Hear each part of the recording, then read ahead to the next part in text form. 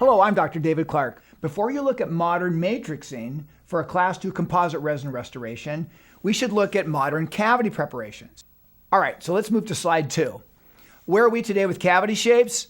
Well, unfortunately, these cavity preparations were cut in 1890. They were brilliant by Dr. G.V. Black. But you have to realize is that these cavity preparations were designed before the telephone was even readily available. That's how old these cavity preparations are. Here's a great slide of the 1890s where they're actually carving the cavity preparation with this great big, huge hoe.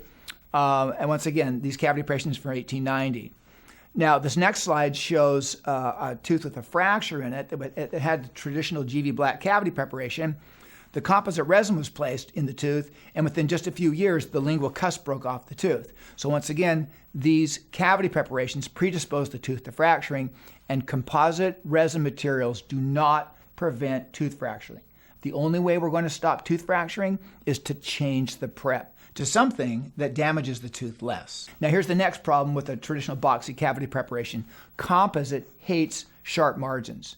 And so what we really want to have is the same thing that we have with anterior restorations with infinity edge margins.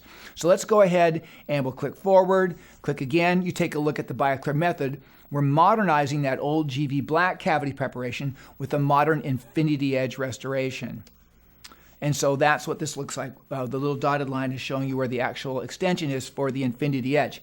Next slide, we're going to take a look at a G.V. Black cavity preparation next to a saucer preparation.